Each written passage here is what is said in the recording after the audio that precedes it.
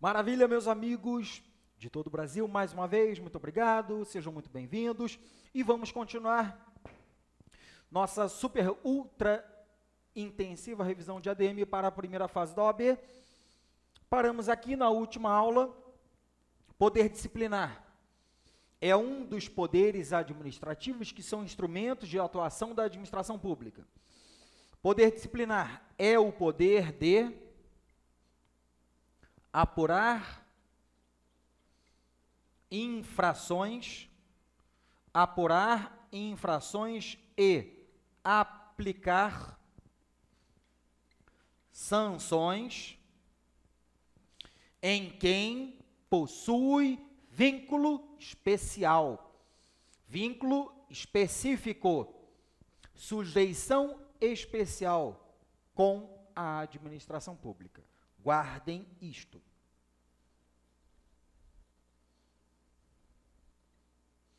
Em quem possui vínculo ou sujeição especial,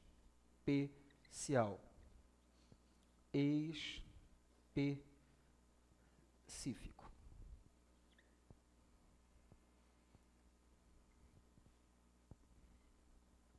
O que é isso? Eu sou servidor do TRE de Minas, do TJ de Minas, da Câmara Municipal de Belo Horizonte, do Ministério Público da União, não importa. Eu sou servidor público de determinado órgão da administração pública. Eu tenho vínculo específico? Tenho. Qual vínculo? O termo de posse que eu assinei, tornando-me um servidor estatutário sujeito ao estatuto, sujeito àquela regra que eu tenho que cumprir, com um monte de obrigações e deveres.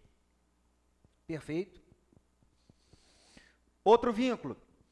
Eu fui contratado por licitação ou diretamente por dispensa ou inexigibilidade. Eu possuo um vínculo contratual, assinei um contrato administrativo com o poder público. Vínculo especial, vínculo específico, é aquele vínculo que eu possuo, que você possui e os outros não possuem. Aquele vínculo que decorre de uma formalidade que os outros não têm. Diferentemente do vínculo genérico, que é o vínculo que todos temos no Estado brasileiro com a ordem pública, com o Estado. O vínculo que todos nós temos com o Estado é o vínculo de cumprir as leis, cumprir a ordem jurídica. Vínculo genérico. O poder disciplinar se refere a um vínculo especial, um vínculo, regra geral, firmado com o poder público, que eu tenho, mas os outros não têm. Então, vamos lembrar, aqueles que estão sujeitos às regras da administração pública, como servidores, alunos em escola, contratados administrativamente, empregados públicos, perfeito? Vínculo que os demais não possuem. Poder disciplinar, bacana.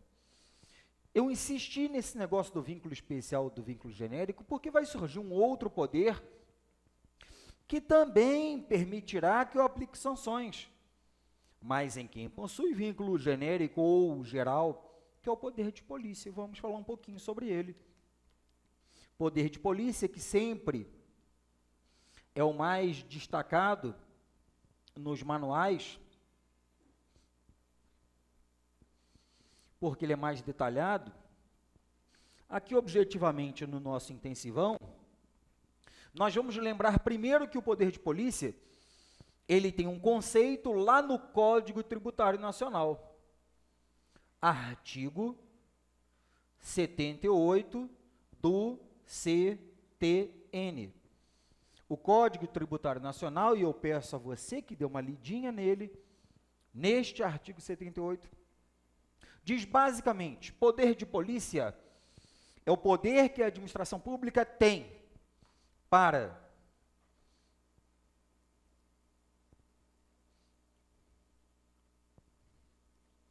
limitar, condicionar e ou restringir o uso e gozo de bens, atividades, liberdades e direitos. O poder público pode limitar a sua liberdade, pode condicionar o uso dos seus bens em favor da coletividade. Quando o poder público impõe uma regra, e esta regra limita a sua vida, limita a vida de algumas pessoas, para que toda a coletividade seja beneficiada, ela está se valendo de uma atividade de polícia. Atividade de polícia ou polícia administrativa. Limitar, condicionar o uso e gozo de bens, atividades, liberdades e direitos, o balde, limitar, condicionar, restringir o uso e o gozo de bens, atividades, liberdades e direitos. Reparem que o poder de polícia administrativa não incide diretamente sobre pessoas. Diretamente sobre pessoas, o que incide é a polícia judiciária. A polícia administrativa incide sobre bens, liberdades, atividades e direitos. Então, o poder de polícia é o poder de limitar, condicionar o uso e gozo de bens, atividades, liberdades e direitos de alguém, de um particular, em prol, em favor, em benefício da coletividade. E aí a atividade de polícia aparece para nós em milhares de exemplos. Exemplo normal, fiscalizações. O poder público vistoriando alguma coisa. O poder público interditando um prédio. O poder público demolindo um prédio que está em ruínas. O poder público apreendendo mercadorias, aplicando sanções. Mas o que nós temos que guardar que o poder de polícia, diferentemente do poder disciplinar, ele vai atingir, ele vai se referir precisamente àqueles que estão vinculados ao Estado, à administração pública, mas de forma geral. O poder de polícia não tem que recair precisamente sobre servidores, sobre contratados, sobre alunos. Recai sobre qualquer um, indistintamente. O poder disciplinar, não. Ele tem que recair sobre quem possui vínculo específico. Poder de polícia, sobre quem possui vínculo geral ou genérico. Poder de polícia é sempre importante lembrar, ele possui alguns atributos. Atributos do poder de polícia ou atributos da polícia administrativa.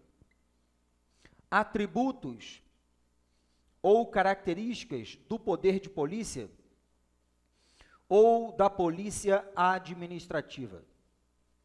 A doutrina vai nos apontar, básica e classicamente, 3 características, 3 atributos. Quais são os 3 atributos apontados pela doutrina clássica?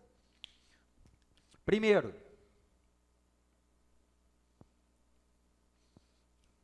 discricionariedade. Olha aquilo que eu falei para vocês.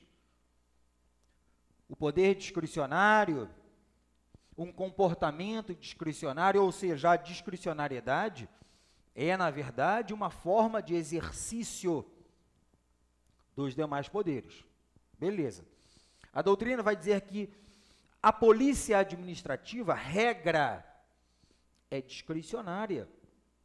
Discricionária porque, em grande parte das vezes, se não na maior parte das vezes, o poder público tem uma liberdade para impor a ordem de polícia, a norma de polícia, impor o condicionamento que ele quer. Então, o poder público vai dizer, hoje, aqui, nesta rua, à noite, haverá uma feira de artesanato. Ah, mas eu não quero, que eu moro na rua, vai ficar uma zona. Não interessa. O poder público, ele tem a liberdade de escolher. Então, liberdade nos limites da ordem jurídica. O poder público fez a escolha. E esta escolha feita pelo poder público, regra, independe da sua anuência. O poder público escolheu essa rua, goste você, goste eu ou não, a feira vai acontecer aqui.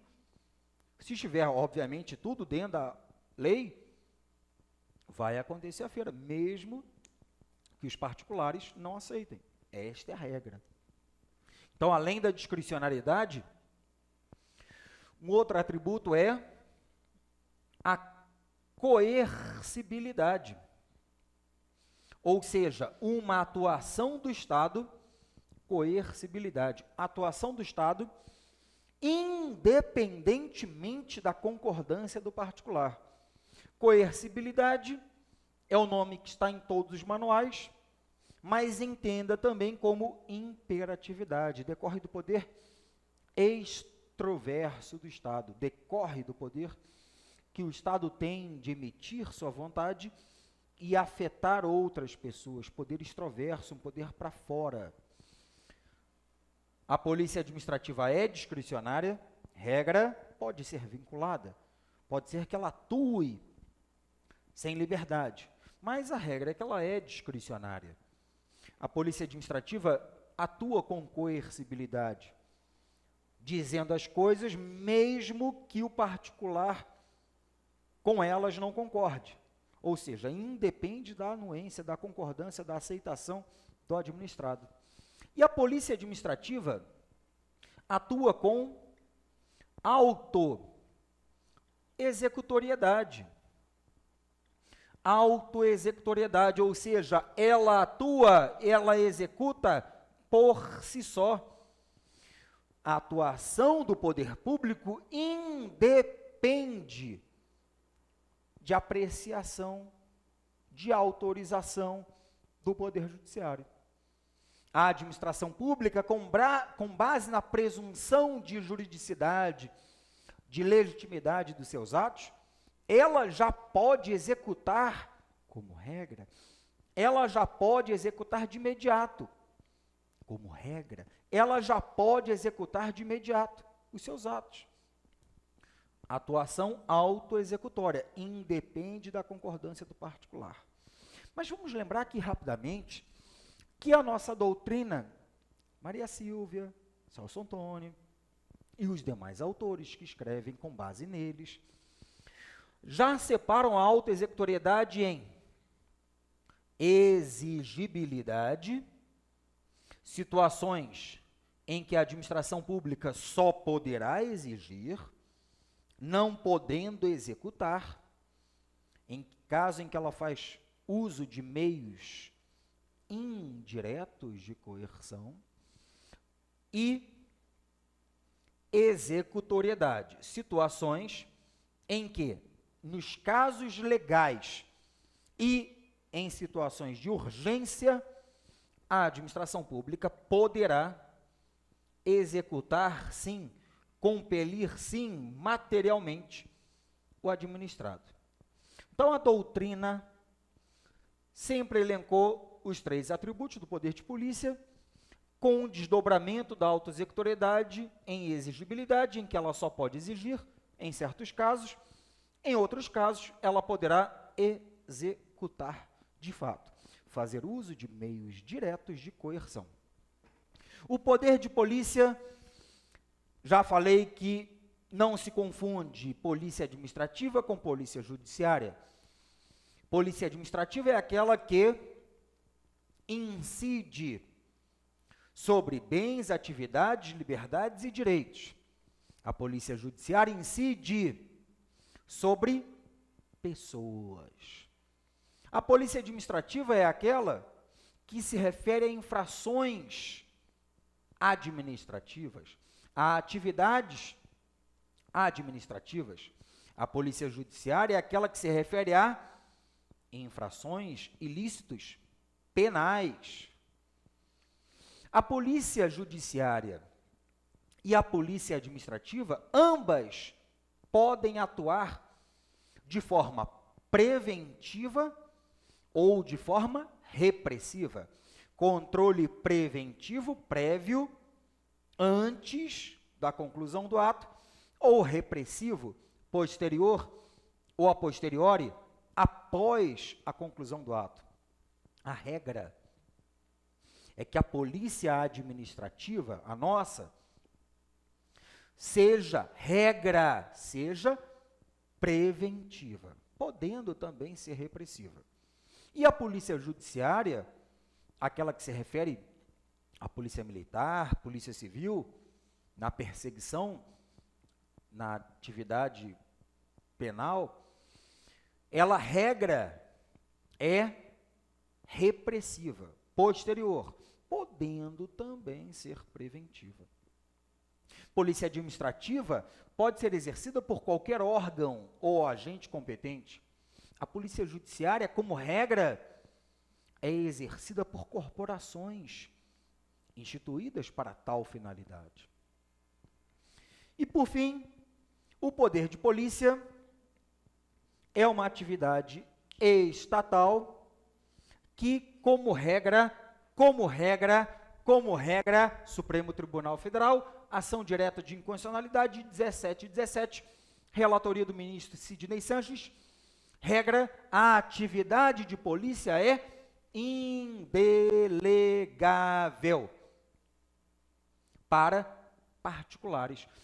Atividade de polícia administrativa é uma atividade em que eu atuo com poder, impondo condicionamentos sobre particulares.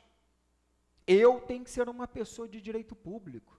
Então, a regra é que a atividade de polícia administrativa seja exercida por pessoas jurídicas de direito público. Indelegável esta atividade para particulares. Esta é a regra. Parte da doutrina entende que, e o STJ também já mostrou isso claro, entende que as atividades em que não se exige uma atuação com supremacia, atividades materiais, meramente executórias, podem ser delegadas para particulares. Mas a edição de norma, de ordem de polícia, a edição da regra, não pode ser delegada para particulares. E a imposição de sanções, aplicação de penalidade, também não pode ser delegada para particulares. Mas a regra, insisto, regra STF, a atividade como um todo não é delegável para particulares, e eu peço que você leia, por gentileza, o super, mega, ultra, hiper, blaster Fudidovsky, importante, artigo 4º, inciso 3º da Lei 11.079 de 2004, Lei das Parcerias Público-Privadas. Leia, por gentileza, este artigo, muito importante. Beleza? De polícia administrativa, uma rápida passada.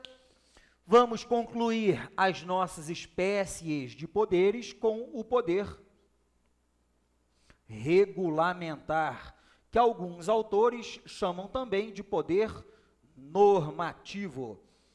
Poder regulamentar, em linhas gerais, é o poder que a administração pública possui de editar atos administrativos de caráter normativo, poder de editar atos administrativos de caráter normativo. Atos administrativos normativos.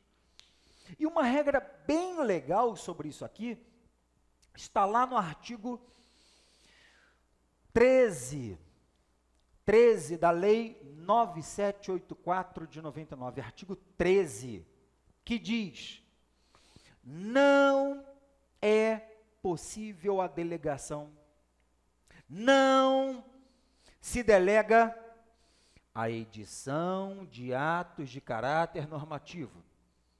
Lei do Processo Administrativo Federal. Vamos ler esta lei, sim. Você vai abrir na sua casa e vai ler. Especialmente aqui, o artigo 13. Lei 9784 de 99. Não pode ser delegada para outra autoridade, para outro órgão, a edição de atos administrativos de caráter normativo. Aqui eu faço um pequeno comentário. Quando eu vejo isso aqui, vem comigo, produção, vamos descer aqui.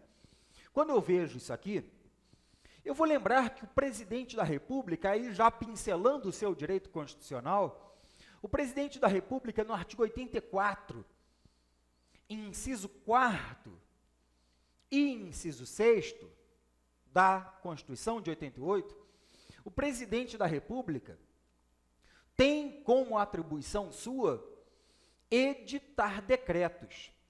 Decretos são os mais clássicos atos administrativos de caráter normativo. Decreto. Não falo decreto legislativo, porque é espécie normativa lá do artigo 59. Não falo decreto-lei, que não existe como espécie legislativa na nossa atual Constituição. Alguns foram recepcionados. Pois bem, o chefe do Executivo pode editar decretos. Decreto, então, é um ato administrativo de caráter normativo. Vamos lembrar que o artigo 84 da Constituição, então aqui, atenção, o artigo 84 da Constituição, isso é um olho, tá? Fica de olho. O 84 da Constituição, inciso 4º, fala da edição de decretos, decretos regulamentares, decretos infralegais para fiel aplicação da lei, decreto que vai esmiuçar, minudenciar uma lei. E temos também o 84, inciso 6º, que é o famoso decreto ou regulamento autônomo, que é aquele que não explica lei nenhuma, é aquele que, apesar de uma divergência na doutrina, existe divergência doutrinária sobre isto, inclusive já foi cobrado em primeira fase da OAB, no exame 2010-2, 2010-3, o decreto autônomo ou regulamento autônomo, ele é uma espécie que está no texto constitucional. E só é cabível em 2 casos: para organizar a administração pública, desde que não implique criação ou extinção de órgãos, nem aumento de despesa. E na linha B do 84, inciso 6º, para extinção de cargos e funções vagos. 2 atos administrativos de caráter normativo do chefe do Executivo. O decreto regulamentar ou decreto de serviço regulamenta uma lei. O decreto autônomo deriva diretamente da Constituição. O texto constitucional diz para nós que o decreto autônomo, não o decreto regulamentar, o decreto autônomo, ele pode ser delegado, ele é delegável na forma do parágrafo único. O parágrafo único do artigo 84 da Constituição, o parágrafo único do artigo 84 da Constituição da República de 88, permite a delegação de decretos, os decretos autônomos que eu acabei de mencionar para vocês, para ministro de Estado, para o advogado-geral da União ou para o procurador-geral da República. Perfeito? Decreto autônomo é delegável. O decreto regulamentar segue a regra geral. Ato administrativo de caráter normativo é indelegável. Beleza? Então, sobre o poder regulamentar, sobre o poder normativo, que é o poder que uma autoridade tem de editar, de expedir atos de caráter normativo, também uma pincelada bacana. Para a gente encerrar este assunto e fechar essa aula, termino aqui com vocês falando sobre o abuso de poder. O que é abuso de poder? O que é o abuso de poder? Abuso de poder é o uso indevido de um poder. Eu tenho o poder de... Quando eu uso este poder indevidamente, arbitrariamente, ilicitamente, eu atuo com abuso de poder. Abuso de poder, então, nada mais é do que atuar valendo-se desses poderes, porém de forma irregular. A doutrina aponta para nós 3 grandes espécies de abuso de poder. Na verdade, a doutrina aponta 2 espécies. Primeira espécie de abuso de poder: excesso de poder. Excesso de poder, que ocorre quando o agente público atua cheio de poder, indo além da sua competência, atuando fora da sua regra de competência, fazendo algo que não era próprio para ele. Segundo caso de abuso de poder é o desvio de poder ou desvio de finalidade. Desvio de poder ou desvio de finalidade. Eu, agente público, tenho a competência para praticar determinado ato. E, obviamente, todo ato administrativo tem uma finalidade. Eu, agente público, ao invés de buscar a finalidade prevista na lei, e todos os atos têm finalidades previstas em lei, eu, agente público, ao invés de buscar a finalidade prevista em lei, eu busco finalidade diversa. Eu busco uma outra finalidade que não está prevista em lei. Uma finalidade ilegal, ilícita, atuando de acordo com a minha vontade, violando o princípio da impessoalidade.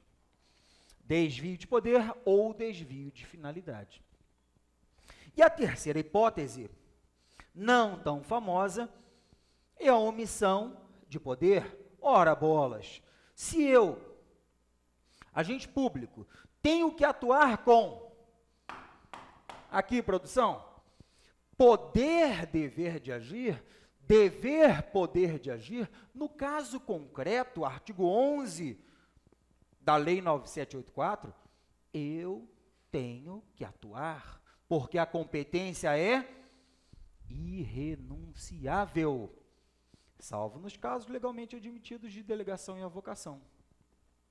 Se eu, no caso concreto, não atuar, nem delegar para alguém, nem ter a minha competência avocada por alguém, ou seja, aquilo não for feito, eu vou frustrar a expectativa, a legítima confiança do administrado.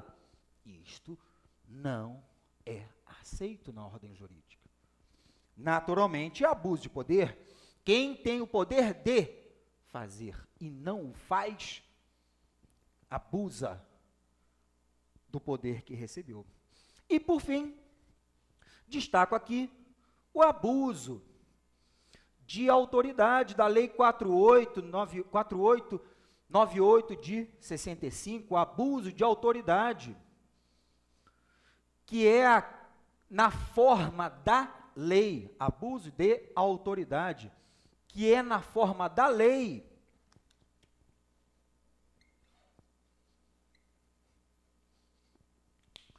uma situação em que o servidor público descumpre regras específicas para ele. De forma bem resumida, eu sei que você leu isto para sua prova de penal. Servidor público é um agente público. Se ele descumprir suas regras de competência, ele incorrerá em infrações previstas na lei.